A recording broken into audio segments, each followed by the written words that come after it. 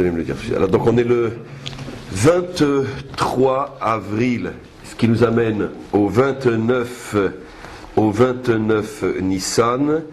Aujourd'hui, Parshat HaShavua, le cours est tout d'abord pour le Ilui Nishmat de Elazar Leiser Ben Yosef Abarbanel, pour la Refoua Shelema. Raphaël Pérez, Ben Mesoda. Donc aujourd'hui on est, jeudi encore une fois, Erev Rosh Chodesh Iyar, et on commence le cours lié à la paracha.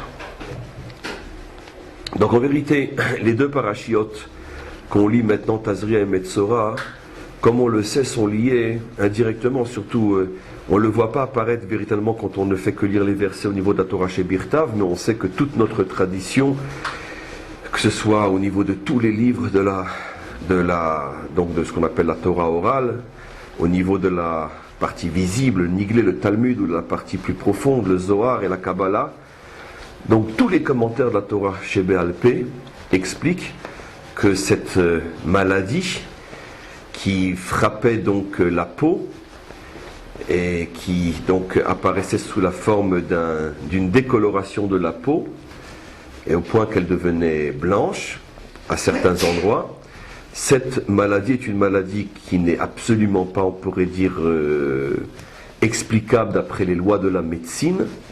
C'était une maladie entièrement spirituelle. Et on va d'abord, c'est ce que je voulais faire un petit peu un historique, une maladie, on pourrait dire presque miraculeuse, surnaturelle, qui n'avait rien à voir avec les critères connus en médecine, et qui était là justement pour révéler le comportement négatif de celui qui tout d'un coup était frappé par ces taches. Et ça n'a rien à voir avec la lèpre. Dans énormément de traductions fausses, on traduit Metzora par la lèpre, mais ça n'a strictement rien à voir avec la lèpre. C'était pas une maladie dont on mourait, c'était pas du tout une maladie contagieuse, c'était pas une maladie où apparaissaient des boutons et tout ce qu'on connaît dans la lèpre. C'était une maladie qui était complètement inoffensive, qui était uniquement, si on pourrait dire, morale et spirituelle, et révélatrice d'un problème profond qu'il y avait chez l'homme. Et en particulier, ce problème-là était le problème de la médisance, c'est-à-dire donc ce qu'on appelle en hébreu le lashon hara, un homme qui passe son temps, ou une bonne partie de son temps, à dénigrer l'existence, à dénigrer les autres, à dénigrer tout ce qu'il y a autour de lui. Bien sûr, on ne parle pas de ce que nous, aujourd'hui, on appelle la médisance très fréquente, par rapport à laquelle nos maîtres disent que c'est très très très très rare qu'un homme ne faute pas pratiquement tous les jours dans ce qu'on appelle la médisance courante, c'est-à-dire bon, c'est un idiot, c'est une andouille, c'est un nul, c'est bidon, etc. Bon, ça aussi c'est de la médisance. Médisance, c'est pratiquement rentrer dans le langage courant, ce qui n'excuse pas la faute, mais c'est pas de ce genre de médisance qu'on parle. Celle dont la Torah parle, qui, dans le contexte biblique, avait les répercussions donc d'amener sur la personne ces taches blanches, on va voir bien sûr pourquoi, c'est une médisance grave, c'est-à-dire de salir par exemple le nom de quelqu'un, révéler des choses sur quelqu'un qui ne sont absolument pas fondées, en tous les cas pas encore prouvées juridiquement, donc véritablement humilier, salir quelqu'un, ruiner son existence, généralement ce qu'on pourrait avoir par exemple aujourd'hui dans la presse ou toutes sortes de colportages où on sait très bien que très souvent dans la presse on enterre quelqu'un avant même de l'avoir jugé, et ça c'est le genre de lashon hara extrêmement grave par rapport auquel il est dit que c'est plus grave que les trois fautes les plus graves réunies, qui sont le meurtre, la débauche et l'idolâtrie. C'est-à-dire que lorsque, par le biais de la bouche, par le biais de ce que tu colportes sur quelqu'un, tu ruines l'existence d'une personne, tu ruines sa renommée, et à ce moment-là, c'est plus grave que si tu avais commis en même temps un acte d'idolâtrie, de débauche et un meurtre. Donc c'est quelque chose qui est très très très très grave. Et donc, la première chose qui se passait, c'est que la personne était donc atteinte de cette maladie surnaturelle, une décoloration, et ça devait le mettre en garde. C'était encore bien sûr au début, quand il commençait à faire ce lachon hara très très grave, tout de suite pour le prévenir, apparaissaient ces décolorations. Alors, il y a tellement de choses à dire d'abord au niveau du pshat, au niveau du sens littéral, avant de creuser un petit peu plus, que je suis obligé de continuer. Et la question se pose, pourquoi on ne voit plus ces taches aujourd'hui? C'est une question que tous les maîtres ont demandé. Et pourquoi la Torah apparemment est éternelle? C'est pas que apparemment, donc pourquoi tout d'un coup on ne dit pas moins de lachon hara aujourd'hui qu'on en disait à l'époque biblique? Alors, et si pas plus, donc plus encore. Le deuxième temple a été détruit à cause du lachon hara, et on ne voit nulle part dans toute la littérature talmudique ou zoharique, etc., qu'à l'époque du deuxième temple, cette maladie existait encore. Elle n'existait plus. Et il n'y avait plus de tsarat. À cette époque-là, on n'en parle plus du tout dans le Talmud. Donc c'est une maladie qui, d'une certaine manière, remonte à il y a très très très longtemps. À l'époque, bien sûr, où la Torah a été donnée. Très certainement, pas très certainement, c'est sûr, on a des traces. À l'époque, ce qu'on appelle l'époque des juges, l'époque des prophètes, toute la période du premier temple. Mais il semblerait que cette maladie ait disparu, en tout cas dans ses formes telles que la Torah en parle, avec la destruction du premier temple. Et quand le deuxième temple a été reconstruit, on ne trouve plus de traces de Metzoraïm qui allait au deuxième temple pour suivre tout le processus de purification. Une autre preuve, je suis pas l'or, mais une autre preuve, par exemple, qu'il ne s'agit pas d'une maladie telle que les médecins l'entendent, c'est parce qu'on voit très bien que tout le ta'alir, tout le processus de guérison n'a rien à voir avec un traitement médical. Rien du tout. Ça passe par un Kohen et non un médecin, ça passe par des oiseaux, des sacrifices, etc. Et bon, toutes sortes de choses qui montrent bien, sans rentrer dans les détails, qu'on n'a rien à voir avec une maladie. Alors, donc encore une fois, la question se pose, pourquoi ça a disparu? Alors, l'un de ceux qui ont on peut dire, le mieux répondu à cette question, c'est l'un des maîtres qui a consacré sa vie à lutter contre la médisance, c'est bien sûr le Chafetz Chaim. Et le Chafetz Chaim donc a expliqué une chose extraordinaire, il rapporte énormément de preuves là-dessus, c'est tellement évident qu'on se demande comment on n'y a pas pensé avant lui, c'est qu'il dit en vérité la maladie n'a pas disparu, elle est toujours là, mais c'est pire qu'avant, c'est qu'elle ne s'exprime plus sur l'extériorité du corps, elle reste à l'intérieur du nefesh. C'est-à-dire que, justement, à l'époque où la Torah parle, ou bien à l'époque du premier temple, l'âme juive, et les juifs en général, étaient tellement sensibles à la faute qu'elle était insupportable pour l'âme. Et donc, bien sûr que même à cette époque-là, on fautait, la preuve, sinon le temple n'aurait pas été détruit. Mais globalement, si on peut dire, le niveau spirituel était extrêmement intense. La preuve, l'existence du premier temple qui était à un niveau inimaginable. La preuve, l'existence de milliers de prophètes dans le peuple juif. Donc, il y avait un flux prophétique qui se déversait. On était en Eretz Israël, etc., etc. Donc, il y avait, on pourrait dire, des conditions de sainteté telles que, exactement de la même manière qu'un homme qui est habitué, un prince par exemple, qui est habitué à manger une nourriture extrêmement sensible, extrêmement fine, si tu lui donnes à manger quelque chose qui n'est pas bien cuit ou qui n'est pas bien, on pourrait dire, comment dire, extrêmement frais, il va tout de suite le vomir parce que depuis sa tendre enfance, il est habitué à digérer des plats qui sont extrêmement fins et délicats. Et donc ce qu'on comprend au niveau du corps est exactement la même chose au niveau de l'âme. Comme quand l'âme est extrêmement sensible, elle ne supporte pas la faute. Et donc il y a un rejet, il y a un vomissement. Et ce vomissement fait que finalement le vomi d'ailleurs est blanc. Le vomi apparaissait sur l'extériorité de l'être. Quelle est la partie la plus extérieure de l'être? C'est bien sûr sa peau, et sur la peau une couleur blanche. Et donc ce qui prouve que d'une certaine manière, malgré la faute, globalement le peuple juif était en bonne santé morale et spirituelle, au point qu'il y avait donc un vomissement du lachon hara. On peut se poser une question extraordinaire. Et après, avant de revenir sur ce qu'explique le Chafetz Chaim, pourquoi? C'est une sorte d'allergie. Pourquoi spécialement cette faute-là?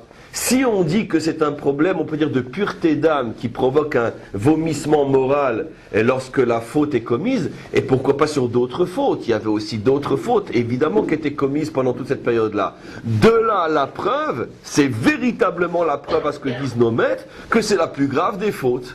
Ça veut dire que c'est la plus indigeste pour l'âme.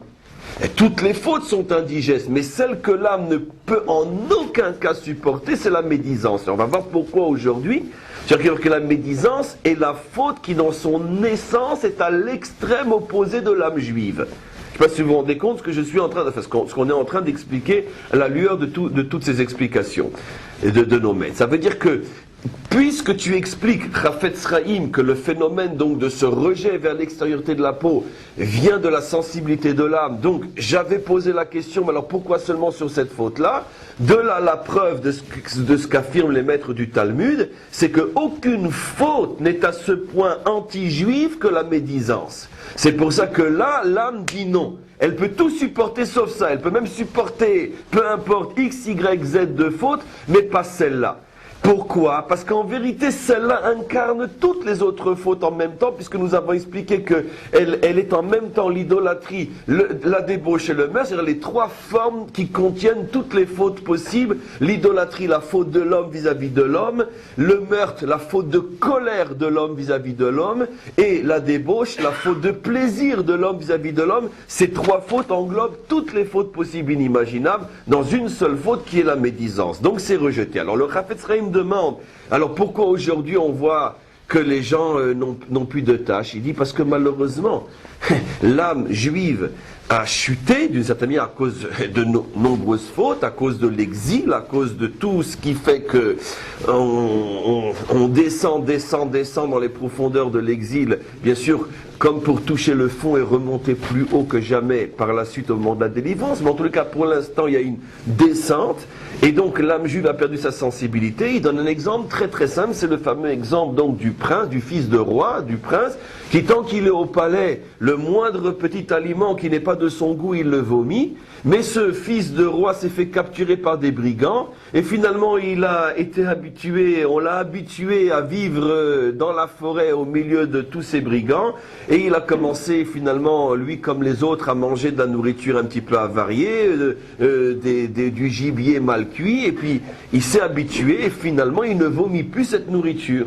Exactement de la même manière, dit le Chafetz Chaim, le Ham Israël a été capturé par des brigands, c'est l'exil, d'accord, et on s'est habitué à manger n'importe quoi, on vomit plus, ça veut dire qu'on vit dans une situation de faute qui est telle que notre âme, malheureusement, a perdu sa sensibilité. Mais ça ne veut pas dire que la faute n'est pas là. Ça ne veut pas dire que le dégât de la faute n'est pas là non plus. Simplement, il reste à l'intérieur et donc on perd deux choses. D'abord, ne voyant pas apparaître la tâche, on n'a donc pas de signal qui s'allume pour nous faire comprendre qu'on est atteint d'une grave maladie morale et mentale, et spirituelle, pardon, mentale aussi c'est vrai.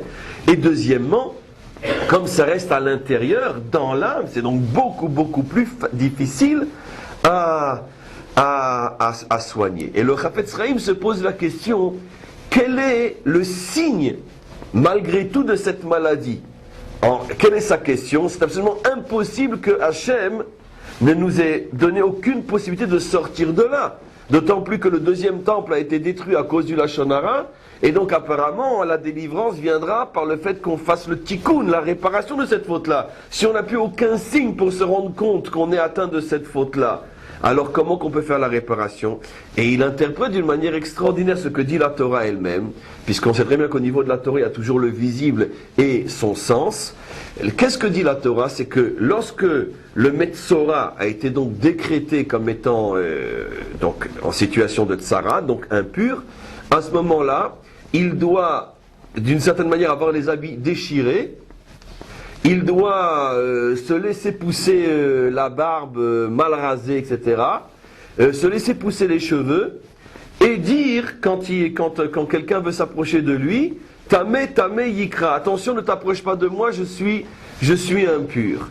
Et donc, on voit que la Torah lui demande, d'une certaine manière, d'avoir une attitude, de montrer à l'extérieur une attitude, on pourrait dire, de laisser aller total, comme quelqu'un qui va avec des habits déchirés, quelqu'un qui est mal rasé, quelqu'un qui se laisse un petit peu pousser les cheveux sans vraiment se les peigner, et qu'en plus il dit tamé, tamé, tamé. Alors donc le Chafetz Chaim ne le connaissait pas, donc il pouvait pas parler de ce phénomène, mais pour nous qui avons vécu ce que lui n'a pas vécu, ça fait très beatnik, ça fait très hippie comme je devrais pas dire parce que, comme on dit, paix à son âme, mais ça fait très Ginsburg. Ça veut dire mal rasé, machin, un petit peu n'importe comment. Il y a une volonté dans le personnage finalement de montrer un dédain total, un détachement total de l'apparence. Et donc la Torah met en évidence sur le fait que le Metzora a une apparence on pourrait dire, de dédain total par rapport au monde extérieur, de négligence totale. Et donc le Chafetz Chaim interprète ce que la Torah demande au niveau du message, et elle dit c'est simple. Si tu vois quelqu'un qui vit avec pessimisme, avec découragement, avec tristesse, et qu'à chaque fois qu'il ouvre la bouche c'est pour dire ouais mais tu sais, etc., sache que ça c'est un siman qu'il a atteint par cette maladie. Alors le problème c'est que si c'est ça la définition d'un Metzora, alors cherchons ceux qui ne le sont pas aujourd'hui. La question, bien sûr, la question était où sont-ils puisqu'on ne voit plus les taches blanches, et d'après l'explication des Chafetz Chaim, où sont ceux qui ne le sont pas? Et il n'y a que ça. Et effectivement, si on étudie plus profondément au niveau donc du Talmud, du Midrash et surtout du Zohar, on s'aperçoit qu'effectivement, si on devait trouver un mot moderne pour expliquer ce qu'est la tsara'at, mais c'est tout simplement la dépression. C'est-à-dire que la dépression qu'on connaît aujourd'hui qui fait la fortune des psys, c'est tout simplement pourquoi aujourd'hui, peut-être plus que jamais, c'est parce que jamais on a vécu autant dans ce monde finalement de la délation, du lachonara, de la diffamation. Jamais on a vécu autant dans un monde où on a si facilement accès à la parole négative. Parce que bon, avant les gens ils vivaient dans leur village, on ne peut pas tous les jours entendre notre voisin dire que ouais tu sais que, bon, on en a marre, on l'écoute plus. Mais aujourd'hui c'est la radio, c'est la télévision, c'est les journaux, c'est les films. Donc on baigne dans un monde, on pourrait dire de lachonara, de médisance. La médisance c'est pas encore une fois, tu sais ce qu'il a fait, hein, tu sais. La médisance c'est, on pourrait dire parler en mal du monde. Ça veut dire mettre en évidence ce qui cloche dans le monde, au lieu de mettre en évidence ce qu'il y a de positif dans le monde. Et on sait très bien que tout le discours officiel aujourd'hui, c'est comment mettre en avance, comment dévoiler ce qu'il y a de mal dans le monde plutôt que ce qu'il y a de bien. Et donc c'est pour ça que les gens sont tellement déprimés, tellement dépressifs. Parce que c'est ça le signe donc de la maladie. Il est, à mon avis, très très très très probable que tout le phénomène hippie, beatnik, etc., est un phénomène, on pourrait dire, Metzora. C'est pas forcément négatif ce que je dis, mais c'est une réaction par rapport à, finalement c'est quoi? C'est l'après-guerre, c'est la révolte contre la vision noire du monde, où time is money, où il y a que l'argent qui compte, le pouvoir, etc. Et tout d'un coup, la jeunesse n'en peut plus, mais elle exprime sa révolte d'une manière qui est Metzoraat, qui est un dégoût finalement de ces valeurs-là. Et on va retrouver chez le hippie le jeans déchiré, la chemise déchirée, les cheveux longs, la barbe mal rasée, et donc il y a cette volonté de révolte contre un système qui est négatif. Maintenant, pourquoi je dis ça? Pour comprendre une chose encore beaucoup plus profonde que ça. Comment qu'est appelé le Messie lui-même dans le Talmud? Le Mashiach lui-même est appelé Metzora. Comment nos maîtres peuvent appeler le Mashiach Metzora? Ils l'appellent le Metzora. Comment il peut le Metzora? Parce que le Mashiach est aussi quelqu'un qui, d'une certaine manière, va dans un premier temps, c'est évident que ce n'est pas son nom final, mais dans un premier temps, on pourrait dire, va vivre ce moment de révolte contre un monde qui est noir, et qu'en irait que chez lui aussi, ça va faire cet effet-là aussi, jusqu'à ce qu'il va retrouver, d'une certaine manière, la blancheur du monde. Alors maintenant, vous comprenez le paradoxe. Comment, enfin, une des explications extraordinaires, comment se fait-il que, puisque la médisance c'est de voir tout en noir, comment se fait-il que la tache est blanche? Parce que justement, c'est parce que la tache blanche est révélatrice d'une certaine manière à la fois du tikkun, cherche la blancheur au lieu de voir le noir partout, et c'est aussi révélateur de quelque chose de beaucoup plus profond. C'est que celui qui fait du lachon hara, en tout cas à ses débuts, avant qu'il ne sombre complètement là-dedans, c'est peut-être aussi du fait qu'il a un espoir perdu, une déception. On aurait voulu que, et on n'y arrive pas, et à ce moment-là, se transforme en lachon hara. Quels sont, on pourrait dire, les pires porte-paroles de la non-aliyah, de ne pas faire son aliyah? C'est qui? C'est ceux qui sont venus ici, qui ont raté et qui repartent en France. C'est les pires porte-paroles. Pourquoi c'est les pires porte-paroles? Pourquoi c'est les pires porte-paroles? Parce qu'à partir du moment où tu y as cru, tu es venu, tu as voulu réussir, et parce que tu n'as pas su comment réussir, tu as raté. Quand tu retournes après en France, qu'est-ce que tu dis? Ah, surtout, vous savez, moi je connais, je me suis fait avoir, etc. C'est la frustration. Donc tu as voulu atteindre la blancheur, et parce que tu t'y es très mal pris, ou tu n'as pas vraiment voulu, tu as cru que tu voulais, tu as raté, automatiquement tu vas devenir un grand Baal Lachon Hara. Tu vas devenir le porte-parole de la médisance contre la terre d'Israël. C'est pareil dans le domaine du mariage, c'est pareil dans tous les domaines. Quelqu'un qui a eu de graves problèmes d'éducation avec ses enfants, quelqu'un qui a eu de graves problèmes de couple, parlez-lui de la femme, parlez-lui de l'homme, parlez-lui des enfants. Vous allez voir comment il va parler. Dès que tu fouilles un petit peu, tu vas t'apercevoir que 9 cas sur 10, parce qu'il a raté sa propre vie. Donc automatiquement, il parle des femmes comme des pestes ou des hommes comme des monstres. C'est normal. Mais regarde ce qui t'est arrivé dans ta vie. Donc on voit qu'il y a un phénomène, je ne dis pas que c'est tout le temps comme ça, chas v'shalom, mais on trouvera plus facilement le Lachon Hara chez quelqu'un qui y a cru et qui n'a pas réussi que chez quelqu'un qui n'a pas essayé ou qui tout simplement a essayé et a réussi. Voilà. Donc exactement. Donc en vérité, et vous allez voir tout de suite combien c'est écrit dans la Torah, ce que j'explique, que le Lachon Hara, le vrai, celui dont parle la Torah, c'est la conséquence de quelqu'un qui a voulu, qui n'a pas réussi, et sa vengeance finalement c'est de dénigrer. D'accord? Quelqu'un qui a raté l'éducation de ses enfants, automatiquement il va parler en mal sur les jeunes. Quelqu'un qui a raté sa vie de couple va parler en mal sur les femmes ou sur les hommes. Quelqu'un qui a raté son alia va parler en mal sur les Israéliens. Et donc, etc., etc. C'est ça le vrai Lachon Hara dont parle la Torah. Et donc c'est pour ça qu'il y a une tache blanche qui apparaît dans cet homme qui broie du noir, comme pour lui faire comprendre que c'est justement le fait que tu n'as pas été capable d'atteindre cette blancheur qui fait maintenant que tu parles en noir sur tout le monde. Vous comprenez? Donc il y a énormément de symboles dans cette tache blanche. Oui. Mais alors ça doit se traiter comme une maladie et non pas comme quelqu'un qui doit être condamné à mort. Il n'est pas du tout condamné à mort parce que vous êtes arrivé en retard, mais pas du tout. Au contraire, j'ai expliqué que ce n'était pas du tout une maladie. Non, c'est une grave faute de Lachon Hara et puis il y a une condamnation derrière. Non, dans la Torah, on voit qu'il y a tout un tas à lire. Au contraire, on le prend en charge et on essaye de le ramener justement. Mais c'est ce que dit la Torah. Il y a toute une prise en charge justement au niveau de la Torah. Aujourd'hui, on n'a plus le Kohen, etc. Alors, Chazal pose la question. Puisqu'aujourd'hui, il n'y a plus le temple, il n'y a plus le Kohen. Donc, comment qu'on fait pour sortir de la Tsaraat?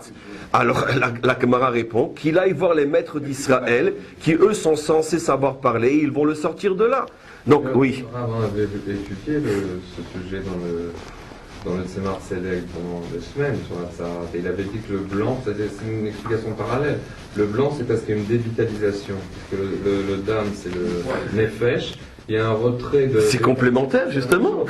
Tu es venu plein de vie en Israël et tu as perdu ton souffle. Automatiquement, tu es mort. Tu rentres en France et tu vas parler comme un mort. Et tu blanchis. Voilà. Et tu vas te blanchir toi et tu vas salir Israël. Mais en vérité, ce qui se passe, tu vas te blanchir toi. Ça aussi en vérité, s'il vous plaît. Je peux plus continuer le cours comme ça. S'il vous plaît. Donc en vérité, tu vas te blanchir toi. Mais c'est aussi un des aspects de la tache blanche. C'est que toi tu parles en mal sur les autres, mais toi tu es blanc.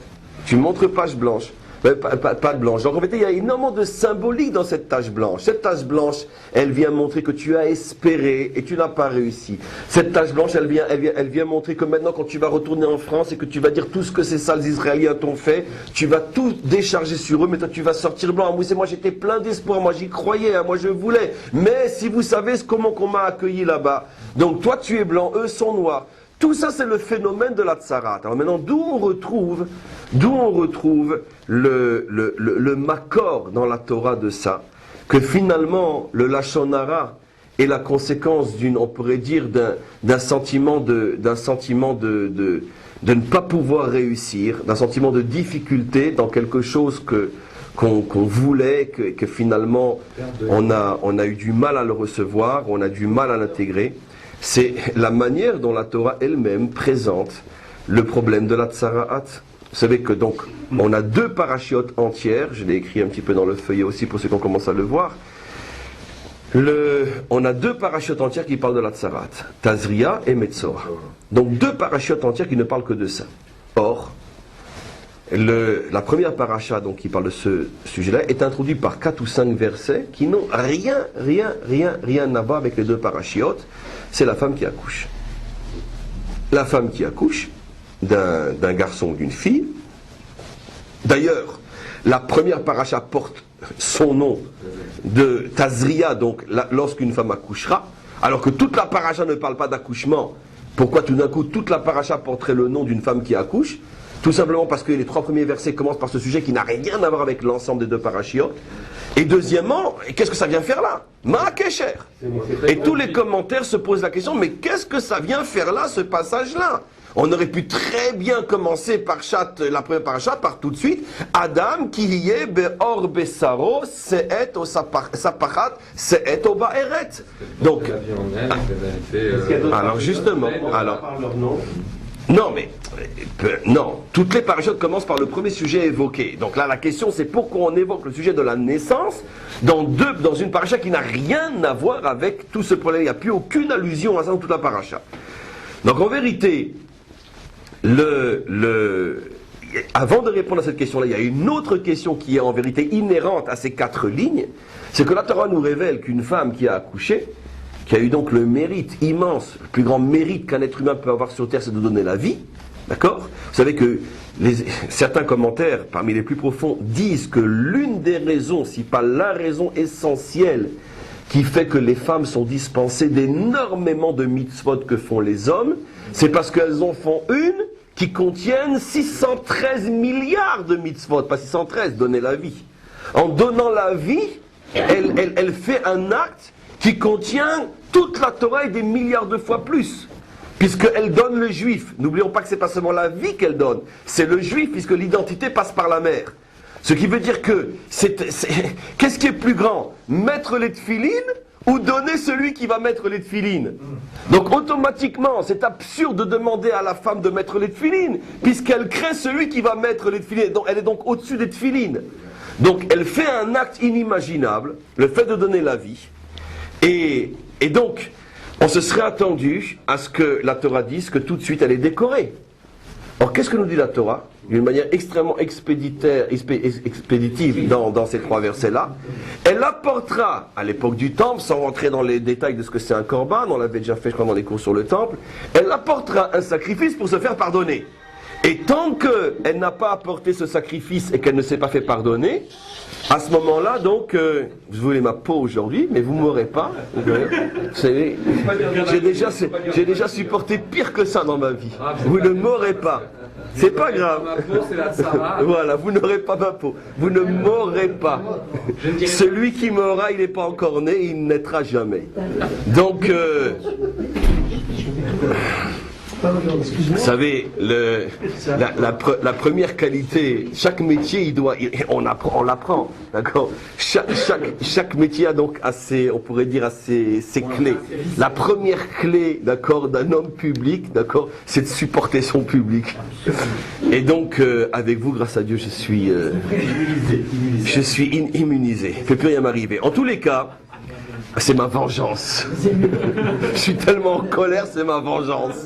Vous avez décidé de m'avoir ce matin, vous ne m'aurez pas. C'est incroyable d'ailleurs, c'est providentiel avec la paracha de Metzora. Il faut garder son calme, il faut continuer à dire du bien, il faut bande de, etc.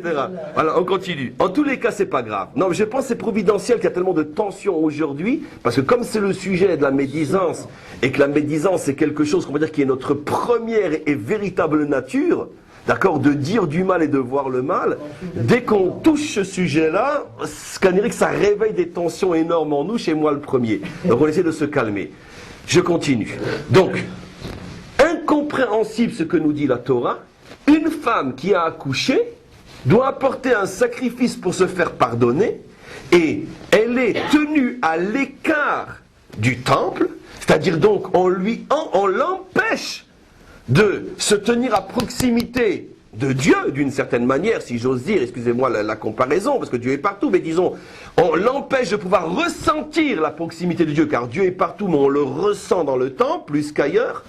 On la prive de cette proximité pendant 40 jours, plus d'1 mois, jusqu'à ce qu'elle apporte son korban, et seulement après, on lui pardonne, c'est marqué mot à mot, on lui pardonne, et elle peut à nouveau vivre sa proximité avec Dieu, alors qu'on se serait attendu à ce que tout de suite on aille la chercher avec un tapis rouge, tu as amené un juif de plus, un nouveau qui va mettre les tefilines, tu renforces le Ham Israël, etc., etc. Et on sait que d'après la Kabbalah, c'est beaucoup plus que renforcer le Ham Israël, car on sait que chaque naissance nous rapproche de la délivrance, puisqu'on sait qu'il y a un certain nombre d'âmes qui doivent descendre sur terre et s'incarner pour que le Mashiach puisse se dévoiler. Et donc chaque femme qui accouche d'une certaine manière participe au dévoilement du Mashiach. Donc il y avait toutes les raisons du monde de la récompenser en la faisant rentrer tout de suite au temple. On dit non, 40 jours tu es privé de temple. Mayasta miskena. Qu'est-ce qu'elle a fait la pauvre? Qu'est-ce qu'elle a besoin de se faire? Donc on a donc deux questions énormes. Et évidemment, la Torah est trop pédagogique pour ne pas faire exprès d'évoquer ces problèmes-là. Qu'est-ce que la femme qui accouche fait avec ceux qui disent de la médisance? Et pourquoi la pauvre, elle doit apporter un sacrifice? Alors, on l'a expliqué, vous l'avez peut-être déjà lu, mais l'explication est la suivante. Chazal, bien sûr, les maîtres se sont posés cette question-là, est évidente, et ont répondu de manière inimaginable, un message qui contient peut-être toute la littérature, tout ce qui a été écrit en matière de psychologie aujourd'hui et plus encore. Il dit la chose suivante. Pourquoi la femme doit se faire pardonner et pourquoi d'une certaine manière elle est mise à l'écart et quel est le lien avec toute la suite? C'est parce qu'une femme, lorsqu'elle accouche, d'accord, on va d'abord parler de la femme, après on va voir que c'est un modèle, la femme c'est moi et vous, c'est vous et moi. Une femme, lorsqu'elle accouche, elle souffre, d'accord?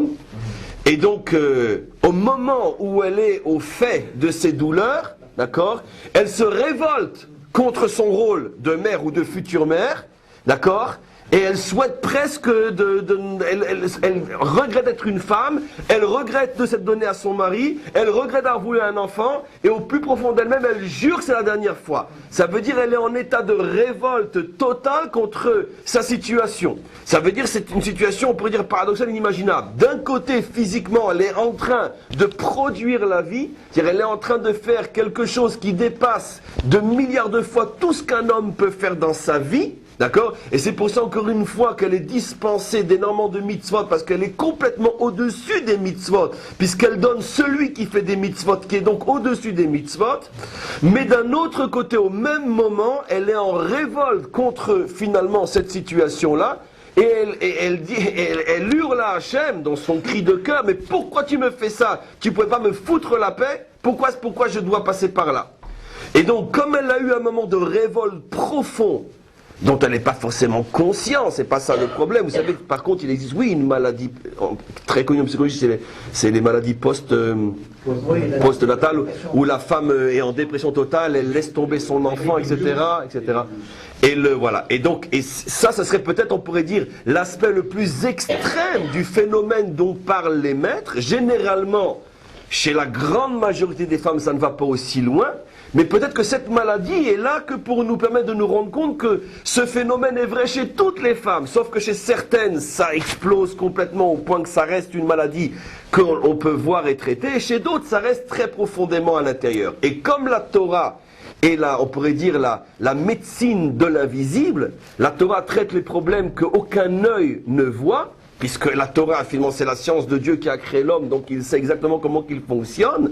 La Torah sait, ou plutôt Dieu sait, que cette femme-là est passée par une dépression, même de quelques fractions de secondes, peu importe, une dépression très très très profonde, et qu'elle a besoin, on peut dire, d'un shikoum, comment on dit en français un shikoum?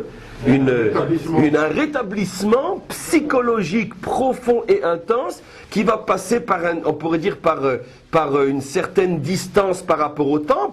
Alors on pose la question, mais au contraire, elle devrait vite y aller. Mais pourquoi une distance?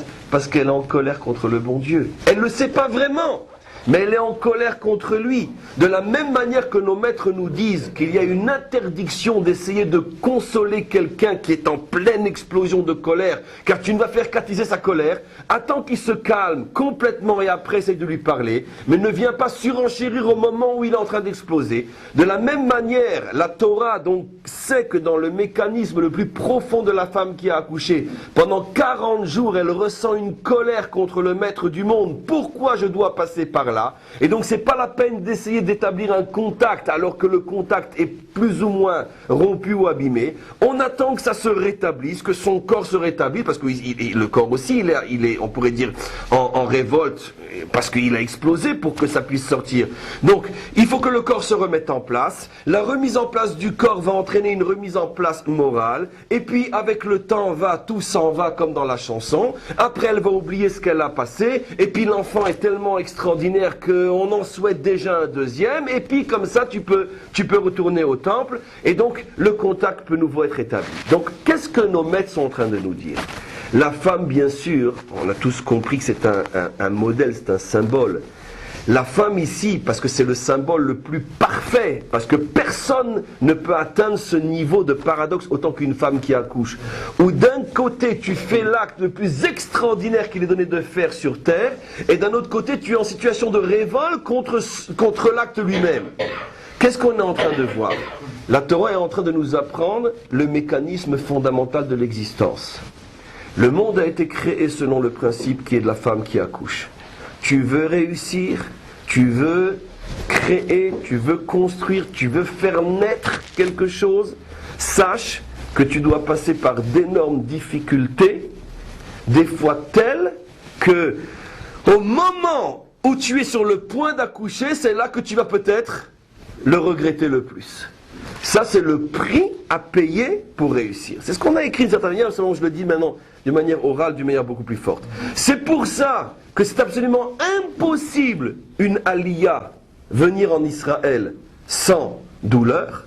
C'est absolument impossible réussir son couple sans douleur. C'est absolument impossible réussir l'éducation de ses enfants sans douleur. C'est absolument impossible de réussir sa vie sans douleur. C'est-à-dire que toute réussite sur terre passe par un accouchement. D'ailleurs, la délivrance elle-même s'appelle un accouchement. Et la période juste avant la délivrance s'appelle les contractions et les douleurs de l'accouchement. Ça veut dire que, vous comprenez que la femme ici est un symbole, puisque la délivrance elle-même s'appelle une femme qui accouche. Ce qui veut dire que le chemin par lequel il faut passer pour pouvoir accoucher d'une vie, ça veut dire faire quelque chose qui est vraiment bien sur terre, c'est accoucher. Et la nature humaine est telle qu'un homme ne veut pas accoucher. Un homme ne veut pas accoucher. Un homme voudrait tout dans la douceur, tout dans la facilité. Il s'est imaginé que puisqu'il est venu, il a laissé Paris et pour venir s'installer en Israël, il s'imaginait qu'on allait lui faire ici un tapis rouge, et qu'on allait le décorer, qu'il allait tout de suite rencontrer le Premier ministre, qu'on allait lui mettre $1 million dans la poche, et puis qu'on allait s'occuper de tous ces petits problèmes. C'est à peine si on le regarde. Pourquoi ? Attends, mais pourquoi tu te prends ? Dis merci qu'on t'ouvre la porte. Dis merci. Pourquoi ? Parce que c'est nous qui allons te permettre d'exister. À Paris, tu étais mort, tu n'existais pas. Tu étais un célibataire, tu n'avais rien dans le ventre. Là, tu vas accoucher. Donc, tu vas accoucher. Tu veux encore qu'on te dise... tu comprends ? Oui, sans douleur. Alors, c'est vrai. Regardez, sans douleur, parce que je m'attendais. Aujourd'hui, c'est la péridurale. Mais la péridurale, c'est pas qu'il faut souhaiter. Mais c'est pas qu'il faut souhaiter qu'elle n'existe pas. Mais la péridurale, c'est le symbole même, finalement, de cette civilisation qui ne veut pas le phénomène de l'accouchement. Encore une fois, comprenez pas mal ce que je dis, chas v'shalom, mais pas qu'il faut la péridurale si on l'a aujourd'hui. Mais au-delà de la péridurale, il y a un symbole que l'homme a recherché comment faire en sorte pour que l'acte fondamental, qui est le prix de la réussite, même ce prix-là, on n'est plus à le payer. Mais en vérité, la péridurale est révélatrice de la manière dont aujourd'hui le monde occidental vit. On veut tout dans le confort, tout dans la facilité. Et c'est pour ça qu'on n'accepte pas que ça ne soit pas facile quand on vient en Israël. On n'accepte pas que ça ne soit pas l'amour fou quand on se marie. On n'accepte pas que nos enfants ne nous respectent pas et nous crachent au visage parce qu'on s'est donné la peine de leur donner la vie. On n'accepte pas que quand on fasse du bien, quelqu'un ne nous dise pas merci, ne parlons pas si en plus il nous fait du mal. Bekitsour, on n'accepte pas de vivre. On préfère mourir. C'est tellement vrai, maintenant vous allez comprendre. Il y a une discussion dans le Talmud où Hillel et Shammai ont discuté pendant plus de 3 ans, disent nos maîtres, sur un sujet qui apparemment est fou, tellement il paraît, on pourrait, abstrait et inutile. Vous allez comprendre ensuite pourquoi je dis ça. Qu'est-ce qu'il aurait mieux valu ? Que l'homme soit créé ou pas créé ? Il pose la question. Pour lui-même d'abord. C'est une question philosophique. Non, c'est une question philosophique. Les maîtres d'Israël se sont penchés sur ce problème-là. Après, philosophique. La philosophie ne concerne pas forcément celui sur lequel on parle. Est-ce qu'il aurait mieux valu que l'homme soit créé, oui ou non? Et finalement, Shammai, on devait s'y attendre, disent il aurait mieux valu que l'homme ne soit pas créé. Hillel, on devait s'y attendre, disent il aurait mieux valu que... Non, c'est très bien que l'homme soit créé, c'est-à-dire, comme on le dit en français, si c'était à refaire, on l'aurait refait. Vous connaissez tous ces couples qui se disent bon ben on est dedans maintenant, mais si c'était à refaire, on l'aurait pas fait, etc. Et combien de gens qui sont ici en Israël, bon on y est, mais si c'était à refaire, on l'aurait pas fait, etc. Donc c'est un petit peu ce que dit Shammai. Hillel dit non, mapitom. Un homme a des difficultés, mais c'est vrai que c'est pas facile de vivre, mais si c'était à refaire, on l'aurait refait. Et ils sont pas arrivés à se mettre d'accord. Ça a duré pendant plus de 3 ans. Jusqu'à ce que finalement, et c'est l'une des rares fois dans le Talmud, Hillel a rejoint la vie de Shammai. Ça veut dire que Hillel est arrivé à se faire convaincre par Shammai que finalement, il aurait mieux valu ne pas être créé. Ça, c'est la fin du Talmud. Alors, tous les commentaires, écoutez ce que vont dire, comment dire, mais attends, mais c'est de la folie. D'abord, le sujet en tant que tel, c'est de la folie. Ça, on peut comprendre que Kafka pose cette question-là, que je ne sais qui pose cette question-là. Mais on ne s'attend pas à ce que le Talmud ose aborder un problème aussi nul, aussi stupide. Pourquoi? Parce que qu'est-ce qui se cache derrière cette question-là? Mais attends, mais tu demandes mais attends, je comprends. S'il a créé, ça veut dire, votre question, on l'a tous. On n'a pas besoin de la poser. Les maîtres d'Israël l'ont posée pour nous. Le problème ne commence même pas, c'est stupide, c'est ridicule. Et Dieu a créé le monde. Ça veut dire que si tu supposes qu'il aurait mieux valu ne pas le créer, ça veut dire que tu te crois plus malin que lui. Donc déjà en soi, la question, elle ne commence pas. Surtout pas dans le Talmud. Elle peut commencer dans un salon de thé, mais pas dans le Talmud. Deuxième chose, c'est que si déjà tu poses la question, et que, bon Hachem, au moins il y en a un qui paraît saint d'esprit, c'est Hillel, et finalement Hillel rejoint Shammai. Tous les commentaires se posent la question, mais de quoi on parle? C'est de la folie pure ce texte-là. Alors comme énormément de messages secrets du Talmud, l'une des explications, parce que vous imaginez tout ce qui a été écrit sur ce texte du Talmud depuis 2000 ans déjà, une des explications est la suivante. La discussion entre Hillel et Shammai n'est pas sur la création en tant que telle, c'est pas sur ça, évidemment. Mais la discussion est, et sur ça, je ne sais plus si quelqu'un l'a dit, mais il me semble que oui, sur la perception de l'homme, qui est bien sûr tout à fait subjective, mais ils ont discuté non sur la valeur absolue de la création, écoutez bien c'est très important, mais sur la perception de l'homme. C'est-à-dire comment un homme a-t-il le droit, lui, de percevoir les choses? Écoutez. Alors, sur la création en tant que telle, vue côté Dieu, il n'y a pas de discussion possible entre les maîtres d'Israël. Évidemment que si Dieu nous a créés, c'est la meilleure des choses qui pouvaient être faites. Ça, on le sait. Mais le problème est, non, il n'a pas regretté d'avoir créé l'homme. L'histoire a continué. Il a regretté d'avoir créé la génération du déluge, mais qui l'a détruit. Mais il n'a pas regretté le projet de l'homme en tant que tel. La preuve, c'est que ça a continué jusqu'à aujourd'hui. Et donc, ce qu'il a regretté, c'est l'attitude qu'il a eue avec les générations du déluge, il les a laissés trop faire. Et à ce moment-là, il a vu où ça mène, cette trop grande confiance qu'il accorde à l'histoire, au point qu'il n'a plus d'autre possibilité que de détruire. Et à ce moment-là, il a promis que plus jamais il laisserait l'histoire aller si loin dans son éloignement pour ne pas être obligé d'en arriver à ce genre de choses. Le regret, c'est sur le comportement entre lui et l'histoire, mais pas sur la création en tant que telle. La preuve, c'est que le 6e jour, il a dit « Ve'ine tov me'od », que tout était bien. Et on sait que le 6e jour, on a déjà fait un cours là-dessus, fait allusion au 6e millénaire. C'est-à-dire qu'il a vu tous les millénaires, et sur chaque millénaire jusqu'au dernier, il a dit « tov me'od ». Donc l'histoire est fondamentalement bonne. Il y a des mécanismes dans l'histoire qui ont été mis en évidence pour mieux les enlever, si on peut dire. En tous les cas, je reviens à ce qu'on explique.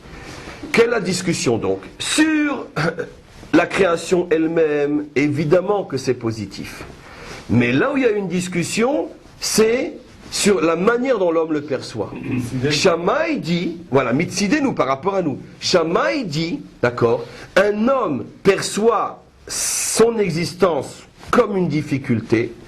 Très souvent, un homme dit si c'était à refaire, je ne l'aurais pas fait, est-ce que c'est légal ou non qu'un homme vive comme ça? Est-ce que c'est légal ou non? Comment? Est-ce que une phrase comme ça est légale ou non? Est-ce que c'est acceptable ou pas? Shammai dit oui. Shammai dit c'est acceptable parce que c'est vrai que vu côté homme, la vie est des fois extrêmement difficile. Donc, tu peux pas, il y a derrière ça une pédagogie inimaginable, je vais vous expliquer. Tu peux pas, on pourrait dire on pourrait dire de la dictature religieuse, un petit peu obliger toutes les femmes à se voiler, d'accord, alors que ça correspond pas à une réalité de pudeur intérieure, mais simplement il faut garder l'apparence. Tu ne peux pas dire à quelqu'un qui souffre, alors c'est bien, tu crois au bon Dieu, ouais c'est super, vas-y, continue, tape dessus, c'est bon, je crois en toi, ouais voilà, je sais que tout ce que tu me fais c'est pour le bien. Non, un homme a le droit de se révolter, un homme a le droit de dire je comprends pas, j'ai mal, et si c'était à refaire, j'aurais préféré que, voilà. Cet avis de Shammai est dans le Talmud, dans les premières pages du Talmud, Masechet Brachot, la première page du premier traité, où les maîtres d'Israël disent, et c'est devenu après un proverbe, à l'abeille on lui dit, on ne veut ni ton miel, ni ton dard. Ça veut dire garde ton dard et garde ton miel. Et cette phrase-là est dite dans le Talmud au sujet des épreuves que Dieu nous envoie. Les maîtres d'Israël disent qu'un homme est en droit de dire à Dieu, garde ton dard l'épreuve, garde ton miel la récompense. Parce que c'est clair, je sais très bien que si tu me mets dans des difficultés, c'est pour m'élever, ou me purifier, ou me réparer. Je le sais, mais tu sais quoi? Garde ton dard et garde ton miel. C'est devenu un proverbe talmudique, ça veut dire que les maîtres d'Israël ont traité la halakha comme Shammai. Un homme a le droit de dire, tu sais quoi? Je ne veux pas. Je ne veux pas. Hillel pensait... Parce que Hillel, c'est celui qui voit le bon côté des choses, c'est celui qui essaye de trouver les étincelles de sainteté partout, c'est l'homme optimisme, c'est l'homme souriant, c'est le chassid. Hillel pensait que non, qu'on peut éduquer et donc on doit éduquer un homme et l'amener jusqu'à une vision toujours positive de l'existence, même lorsque ça va mal, parce que quand ça va bien, c'est évident que personne ne va dire je regrette d'être créé. Quand je suis sur mon yacht dans les îles Caraïbes, c'est évident que Alvaï que ce soit tous les jours. On parle pas de ça. On parle de celui qui est en train d'être dans la file et que dans quelques minutes il va rentrer dans la chambre à gaz. C'est de ça qu'on parle. De ça on parle. On parle de Shalit qui est prisonnier à Gaza. De ça on parle dans le Talmud. On parle pas des crétins qui sont sur leur yacht. Donc sur ces gens-là, comment on réagit? Alors Hillel pensait que peut-être qu'un homme peut trouver les forces puisque c'est fondamentalement bien vu côté Dieu, peut-être qu'un homme peut arriver à le comprendre, et finalement Hillel, après 3 ans de discussion, a rejoint l'avis de Shammai. Finalement non. Il y a des situations dans l'existence où c'est objectivement comme ça que ça se passe.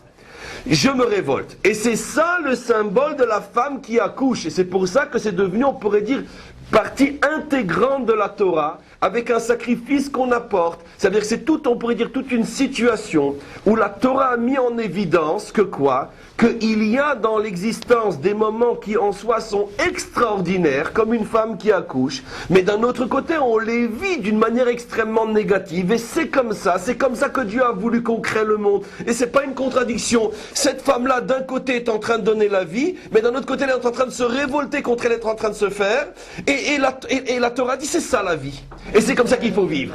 Alors maintenant, comment? Pourquoi il demande la corban alors? Mais pourquoi il demande la corban? Parce qu'elle s'est révoltée. Mais le corban n'est pas une punition. Le corban est une réparation. Le corban n'est pas une punition. Puisque Hillel a rejoint Comment? Hillel a rejoint la vie. Alors justement, puisque maintenant on conçoit que l'homme... C'est objectif, c'est-à-dire pourquoi on lui demande une réparation? Mais parce que c'est objectif qu'on autorise l'homme à avoir ce type de comportement. Mais le comportement en tant que tel laisse des séquelles dans le nefesh de l'homme. Donc, ça veut dire que Hillel pensait qu'on doit éduquer toutes les générations à voir ce genre d'attitude de révolte comme un mal. Ça veut dire on le fait entrer dans la catégorie des fautes. Le fait que la femme apporte un sacrifice, ça veut dire qu'elle a fauté. C'est pas ça. C'est pas ça le problème, c'est un problème de réparation. Réparation, c'est pas forcément dire qu'il y a une faute. Donc, lui, il pensait que ce que dit Shammai, il doit être considéré comme quelque chose qu'on peut dire de tabou, d'une faute. De la même manière qu'il y a des choses qui sont tabous dans n'importe quelle religion. Ça veut dire on va pas se foutre du bon Dieu, d'accord? Même si un homme est en colère, il y a des choses qu'il n'a pas le droit de dire. La preuve, c'est que s'il maudit Dieu, même dans un moment de colère, il est passible de mort. Et bon, dans un certain contexte, etc. Pourquoi? Parce que pas tout est autorisé. Tu hurles, tu cries, tu demandes pourquoi, tu dis lâche-moi, fous-moi la paix, d'accord, et pas tu le maudis. Tu comprends? Donc Hillel pensait que même si tu souffres, c'est pas encore, on pourrait dire la raison de dire que ton attitude est normale et légale. Oui, mais s'il rejoint Shammai, c'est qu'il y a... Alors maintenant, c'est ce que Hillel pensait. Disons que... Bon, on peut le dire comme ça, c'est vrai, mais ça c'est encore un autre aspect. Mais en tout cas, ce qui est sûr, c'est que Hillel rejoint Shammai, en ce sens que ça rentre maintenant, on pourrait dire, dans le canon du judaïsme, d'accord? Un homme est autorisé à exprimer le fait qu'il ressent mal les choses, même lorsqu'il est dans une situation qui en soi peut être très bonne, comme une femme qui donne la vie. Alors maintenant se pose la question, maintenant vous allez comprendre le tour de passe-passe extraordinaire. Alors qu'est-ce que vient faire maintenant toute la paracha de Metzora? La paracha de Metzora, c'est la chose suivante. Et regardez cette clé inimaginable que donne Chazal, et on l'a déjà évoqué, mais maintenant on va lier les deux. Quand ça va mal, toi tu vas mal, d'accord? Il y a généralement deux attitudes possibles, d'accord? Eh bien, il faut que je me prenne en main, il faut que je travaille sur moi-même, c'est ça, apporter un korban, ou bien c'est la faute à l'autre. C'est lui l'ordure. Et la femme, elle a fait ça tout au départ. La première faute que la femme fait... Elle a dit, c'est pas moi, c'est dire, c'est l'homme qui m'a fait faire la faute. Non, elle a dit, c'est le serpent, etc. Mais peu importe. Mais c'est exactement ça. Eh ben, ça va être la fin du cours, justement, qui va expliquer que Chazal dit que la première faute, c'est une faute de la Shonara. C'est exactement ça. C'est exactement ça. On touche ici, on peut dire, le fond psychologique de cette faute-là. Donc, on statue comme Shammai. Ou on statue comme la femme qui accouche. Une femme qui accouche, dit la Torah aux 19 maîtres, elle hurle, elle dit je ne veux plus, c'est fini, je ne veux pas. Et la Torah en fait une paracha. La Torah dit c'est pas grave, apporte un korban, de toute façon ça se repasse, elle n'est pas vue comme une hors-la-loi, elle est intégrée dans la Torah. Et on en fait une paracha, ça veut dire que c'est sanctifier cette attitude-là, puisqu'elle devient, on pourrait dire, un chelek, une partie de la avoda au temple, puisque tout ce qu'on fait au temple, c'est korban et karev pour se rapprocher. Donc c'est intégré comme étant quelque chose qui est positif, parce que le temple n'intègre pas des choses qui sont foncièrement négatives. Par exemple, le temple n'intègre pas une faute faite volontairement. Le temple ne peut intégrer qu'une faute qui au plus est faite involontairement, qui fait partie de la nature humaine, parce que nul n'est sadique au point de ne jamais fauter, mais une révolte, on pourrait dire, consciente contre Dieu, il n'y a pas de réparation, du moins au temple pour ça. Donc la question se pose maintenant, puisque la femme, elle hurle consciemment, pourquoi elle peut apporter un korban, puisque chez elle c'est conscient. De là tu comprends que la Torah considère que son cri fait partie de la nature humaine, il est autorisé. Ça, c'est la halacha comme Shammai. Donc, c'est-à-dire que la Torah est d'une tolérance inimaginable. J'ai le droit de crier, mince, j'ai mal, pourquoi je ne le dirais pas? Donc, on est loin de ce dogme religieux de « Ah, mais tu sais, comment tu... Oh, mais si c'est le bon Dieu qui t'a mis comme ça, donc tu devrais être content, tu comprends, dis-lui merci en plus. Tu comprends? Non, c'est du judaïsme, c'est pas du masochisme. Mais d'un autre côté, là où on va voir ce qui se passe, c'est la manière dont tu vas vivre ta douleur. D'accord? On le sait.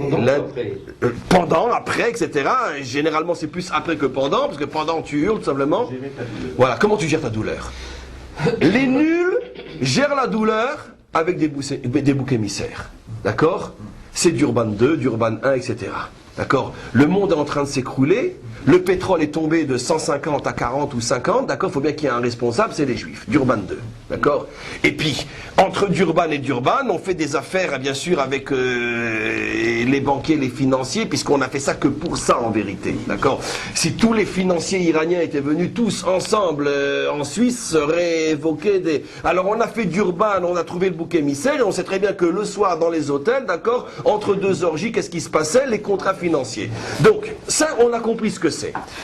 Le schéma, il est classique, il est connu. On a un bouc émissaire, c'est les Juifs, d'accord? Parce que tout va mal, il faut bien un bouc émissaire. Donc, ça, c'est l'attitude des nuls. L'attitude de l'homme pur, de l'homme droit, dit c'est vrai, ça va mal, mais le problème, il est chez moi. Moi, j'apporte un korban. Moi, j'apporte un korban, moi, je vais me réparer. Et donc, encore une fois, qu'est-ce que la Torah nous dit? La Torah nous dit, bien sûr que tu es autorisé à hurler. C'est pour ça que la Torah, tout de suite au début de la Parashat Metzora, nous parle de la femme qui hurle au moment où elle est en train de donner la vie. Bien sûr que la vie c'est dur, bien sûr que c'est pas facile de réussir. Bien sûr que tu as le droit de venir en Israël, de prendre des coups inimaginables et d'hurler. D'accord? Mais pourquoi repartir dire c'est la faute aux Israéliens? Peut-être dis que toi tu es un nul. Pourquoi? Parce que tout le monde a reçu les mêmes coups que toi. Et nous on a tous réussi sauf toi. Donc toi tu es un nul. Pourquoi pourquoi j'ai réussi? J'ai pris moins de coups que toi. Moi aussi j'ai pris des coups ici. Ah pourquoi moi je suis resté? Donc les coups que tu as pris, je les ai pris aussi. Des mêmes personnes. Mais pourquoi moi j'ai pas dit c'est eux qui sont nuls et je suis pas reparti? Parce que moi je veux pas faire de médisance. J'ai compris que si je prends des coups c'est que le problème il est chez moi. Et donc j'essaye de me réparer. Et puis le jour où je me suis réparé, ben, j'ai cessé de recevoir des coups. Plutôt j'ai commencé à en donner moi aussi. Et donc, voilà, c'est comme ça que ça fonctionne. Donc, c'est exactement ce que nous dit la Torah. La Torah nous prévient que chaque homme qui va faire du Lachon Hara est une femme qui accouche. Ça veut dire qu'il y a des moments dans l'existence où tu es en train d'essayer de réussir ta vie. Et tout celui qui cherche à réussir sa vie prend des coups terribles. Et tout celui qui cherche à réussir sa vie traverse des situations où il hurle et il se dit c'est à refaire, je ne l'aurais pas fait. C'est ce que cette femme dit au moment où elle accouche, c'est à refaire, je ne l'aurais pas fait. Très bien, tout ça c'est autorisé. Mais qu'est-ce que tu vas dire après? C'est la faute à qui? D'accord? Alors il y a la femme, c'est un symbole bien sûr, qui sort de la clinique, d'accord, et qui se dispute avec son mari, et puis lui tu me touches plus, c'est fini. D'accord, c'est toi le fautif. Et il y a l'autre attitude de la femme qui cherche à l'intérieur d'elle-même où elle va trouver les forces de pouvoir vivre ce genre de situation sans tout reporter sur son mari. C'est-à-dire que le mari aussi porte une responsabilité. Mais en tous les cas, c'est une société à risque partagé. Ça se fait pas, c'est pas du type bouc émissaire. Maintenant, je termine par deux choses. Pourquoi j'ai expliqué que le Lachon Hara est de toutes les fautes, la seule et unique faute qui est considérée comme étant l'antinature essentielle du juif, plus que n'importe quelle autre faute, parce que la seule et unique véritable raison du choix d'Israël dans l'histoire, c'est pour être le porte-parole de quoi? De la responsabilité de soi et pas la politique du bouc émissaire. J'explique. On en a déjà parlé très très souvent. Si on doit très très vite essayer de donner une preuve irréfutable de l'authenticité de la Torah, de l'authenticité du judaïsme, et peut-être de dire de la Torah juive que c'est la seule 100% vraie religion sur terre, que toutes les autres ne peuvent être que de l'à peu près, quelle est la preuve absolue? Elle est très simple. Nous sommes la seule religion au monde qui passons notre temps à nous critiquer. Nous sommes la seule religion au monde qui critique son peuple, qui critique ses prophètes, qui critique même ses plus grands, comme Moshe Rabbeinu, où la Torah dit qu'il a fauté. Est-ce que vous connaissez une religion au monde qui ne fait pas passer ses dirigeants pour des saints, si pas pour des dieux, et qui ne fait pas passer ses fidèles pour les élus de Dieu qui sont au-dessus de toute possibilité de fauter, etc. Et nous, on est un peuple dont la Torah parle depuis sa naissance comme étant je vous supporte plus, vous êtes insupportable, vous avez la nuque raide, allez vous faire foutre, etc. Et même Moshe Rabbeinu, la Torah nous dit qu'il a fauté. Alors tous les idiots disent regardez ce peuple, d'accord, parce que ce sont des idiots, ils n'ont pas compris le secret de l'authenticité. C'est que nous sommes le seul peuple qui a refusé de traverser l'histoire sur le principe du bouc émissaire. Il y a un problème, il est chez nous, il n'est pas chez les autres. Dans le Coran, le problème, il est chez un fidèle qu'il faut brûler. D'accord. Ailleurs, il est le problème de ceux qui n'ont pas voulu reconnaître la bonne parole. Chez nous, il est chez nous. On se fout des autres. Le problème, il est chez nous. C'est nous qui avons la nuque raide. C'est Moshe Rabbeinu qui a fauté. C'est nous qui avons fait le veau d'or. Et on n'a pas honte de le dire. On n'est pas des dieux. On est des hommes. On est des tordus. Et c'est pour ça qu'on a été choisis, pour cesser d'être tordus. Mais vous qui vous prenez pour des droits, pour des fils de Dieu et je ne sais quoi, et qui voyez le mal chez les autres, ben vous resterez tordus toute votre vie. Donc, c'est pour ça que le Lachon Hara, qui est le fait de reporter le mal chez l'autre, est la faute anti-juive par excellence. Et maintenant, je reviens à chacun d'entre nous. À chaque fois, je ne parle pas, bien sûr, comme je l'ai dit au début du cours, c'est sûr que tout Lachon Hara est du Lachon Hara. Mais je ne parle pas du petit Lachon Hara quotidien, t'as vu, standouille, machin, etc. Je ne parle pas de ça. Ça, c'est grave, mais je ne parle pas de ça.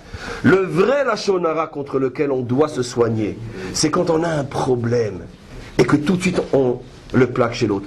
Tous les jours de notre vie, on a des problèmes de travail, de ci, de ça, etc.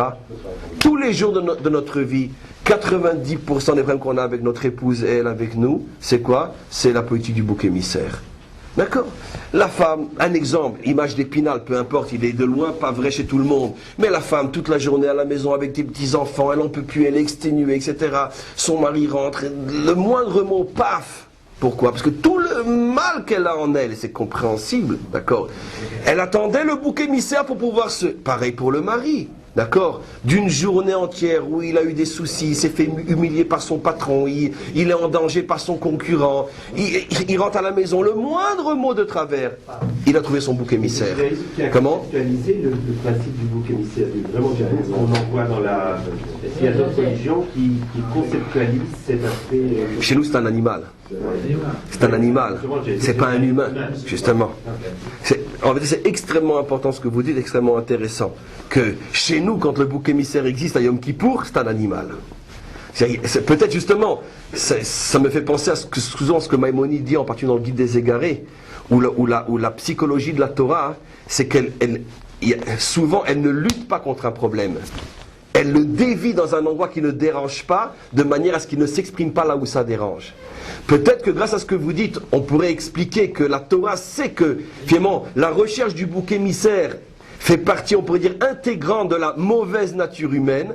Et donc, on ne peut pas l'enlever, cette mauvaise nature, même d'Israël, mais chez nous, elle a été déviée vers le fameux bouc émissaire qu'on a porté, cet animal qu'on a porté à Kippour, qui prenait avec lui les faux d'Israël et qu'on jetait dans un ravin. Et donc, comment? On ne dit pas c'est la faute du bouc, on dit il prend, c'est-à-dire on lui conduit. Et c'est encore mieux ce qu'il dit par rapport à ce que j'ai dit, c'est qu'en vérité, même ça, c'est pas un vrai bouc émissaire, puisque c'est pas lui le fautif, c'est nous les fautifs, mais on se décharge sur lui. Donc voilà. Alors donc je continue. Je continue et je termine. Donc on a compris pourquoi la faute du Lachon Hara, le vrai Lachon Hara, ça veut dire qu'on se décharge sur l'autre, on l'accuse lui d'être responsable de nos maux. C'est ça le vrai Lachon Hara. D'accord? C'est ce qu'en français on appelle l'antisémitisme quand il s'agit de nous. Ça c'est la faute, on pourrait dire, la plus anti-juive qui existe. Et donc, d'une certaine manière, on va comprendre pourquoi dans notre histoire, on est le seul peuple bouc émissaire de l'histoire. C'est-à-dire, on est le seul peuple contre lequel tout le Lachon Hara est autorisé, le jour de Yom HaShoah d'Urban II. Pourquoi on est le seul peuple au monde sur lequel le Lachon Hara est autorisé?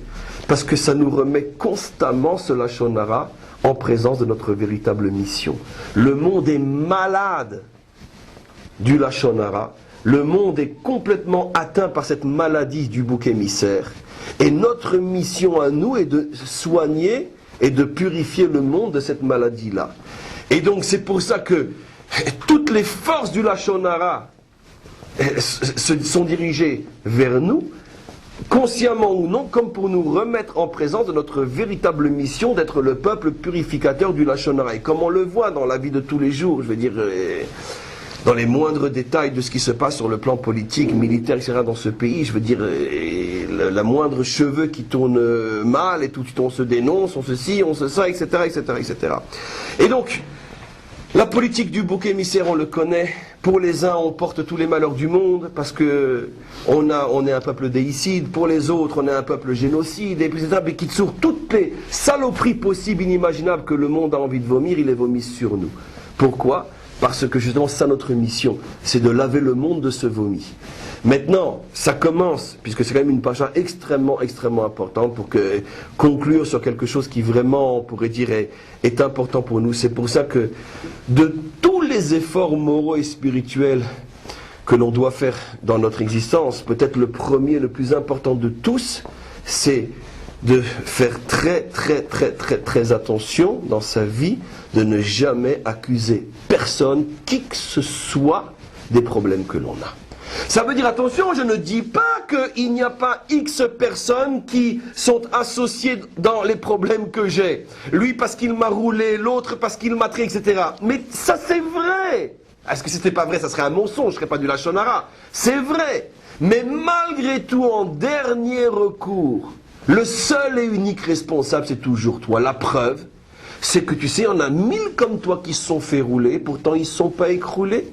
Il y en a 1000 comme toi qui se sont fait trahir, ils ne se sont pas écroulés. Pourquoi ? Donc ça veut dire quoi ? C'est pas la trahison en tant que telle, c'est comment tu as réagi face à la trahison. Donc c'est encore ton problème à toi. Bien sûr qu'il y a des traîtres sur terre, il y a des gens qui te déçoivent, c'est vrai. Mais tu n'es pas le seul à avoir été déçu sur terre. Pourquoi chez toi ça a pris de telles proportions au point que tu es devenu alcoolique et lui il a continué à vivre et puis il a tourné la page et il a continué, etc. Pourquoi ? Ça prouve donc bien que c'est pas le coup qui tue, mais c'est la manière dont on le reçoit. Et donc le problème il est toujours chez toi finalement. Et donc quand un homme s'habitue à comprendre que je me fous de ce que les autres me font, ce qui compte c'est comment moi je réagis, et que si je réagis mal, c'est pas la faute au coup que j'ai reçu, mais c'est la faute à mon incapacité de recevoir un coup. Quand je prends conscience de ça, je deviens un vrai juif. C'est ça un vrai juif. Quelqu'un qui arrête de dire ma soeur, mon père, ma mère, c'est moi, Nekuda. Et ça c'est la réparation, c'est la purification, mais il y a encore beaucoup, beaucoup de choses à dire. Pourquoi ça passe par le Kohen, pourquoi ci, pourquoi ça. Mais on ne peut pas tout voir. Amen, Vechen Yiratzon.